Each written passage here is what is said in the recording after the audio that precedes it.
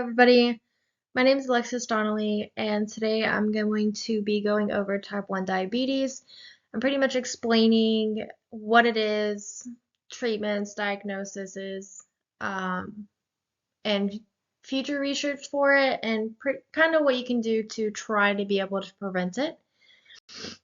So, in order to go over type 1 diabetes, we need to be able to know what diabetes actually is. Diabetes has two different forms. You're going to have type 1 and then type 2. Type 1 is on the rare side, and about 5 to 10% of people who are actually diagnosed with diabetes are diagnosed with type 1. When someone has diabetes, it's believed that it is going to be a autoimmune system reaction inside of the body. So what this is going to look like is that the body is going to start attacking itself by mistake.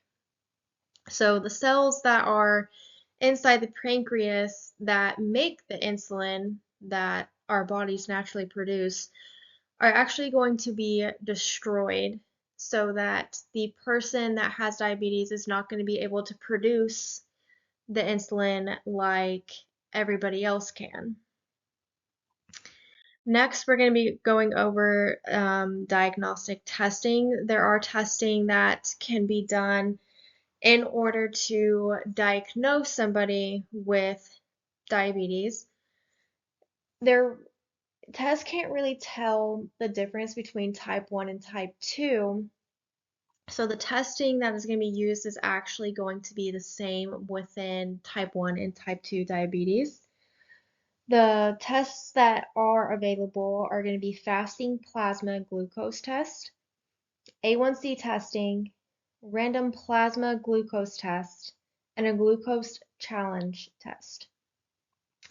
Once it's confirmed that a patient can be diagnosed with diabetes, the doctor then can use different specific tests to be able to tell if it is type 1 or if it is actually type 2. The types of tests that can be used are genetic testing, and what they're going to do is they're going to look for a change or a mutation inside that person's genes to try to be able to tell if it is type 1 or type 2. And since type 1 is thought to be an autoimmune disease, what they can do is they can do an autobody test where they will actually look for certain antibodies to see if it can fall under type 1 diabetes. So when people are diagnosed with type 1 diabetes, they can experience different symptoms. For example, they can be experiencing often urination, feeling very hungry all the time, or having extreme thirst, having fatigue, blurry vision, and bruising and cuts will take longer to heal for them. It's very dangerous for somebody to get a cut or some kind of injury on their feet as well. It's not typically a symptom, but that is something that can be difficult for them. Another thing is that they are going to have weight loss that is unexplained. I know diabetes is typically thought to be, oh, they're overweight, but that's not necessarily true with type 1 diabetes.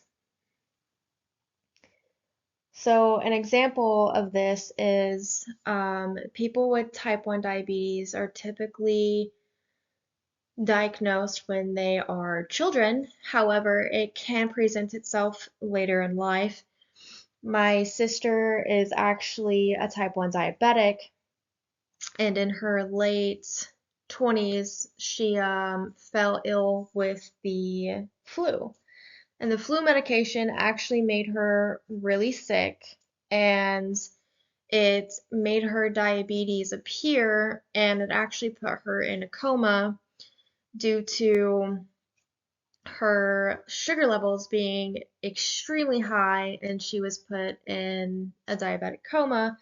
So they have to be very careful when it comes to taking medicine, the cuts on their feet, stepping on things that can be painful for them.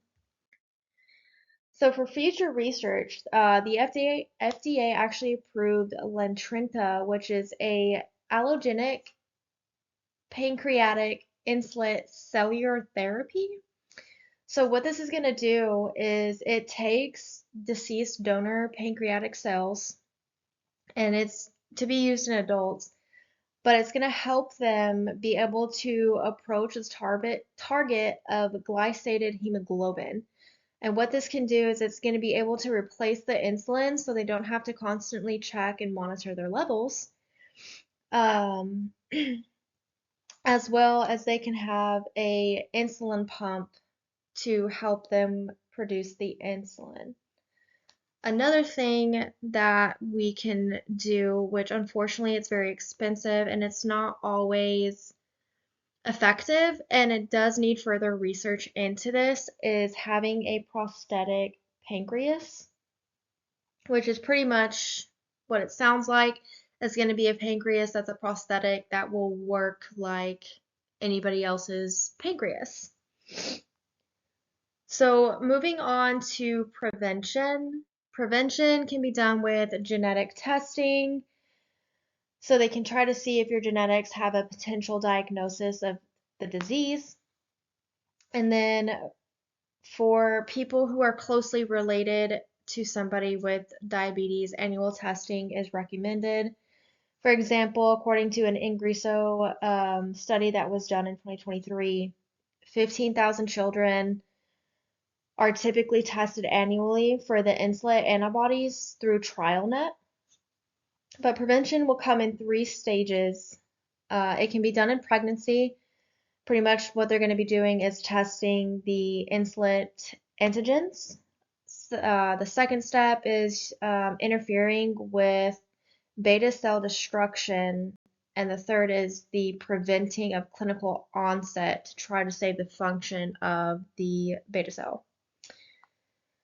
So, in conclusion, type 1 diabetes and type 2 diabetes are very different. They tend to be confused for one another. So typically type 1 will be diagnosed as type 2, and unfortunately this is just due to lack of knowledge and correct testing that can lead somebody to be misdiagnosed.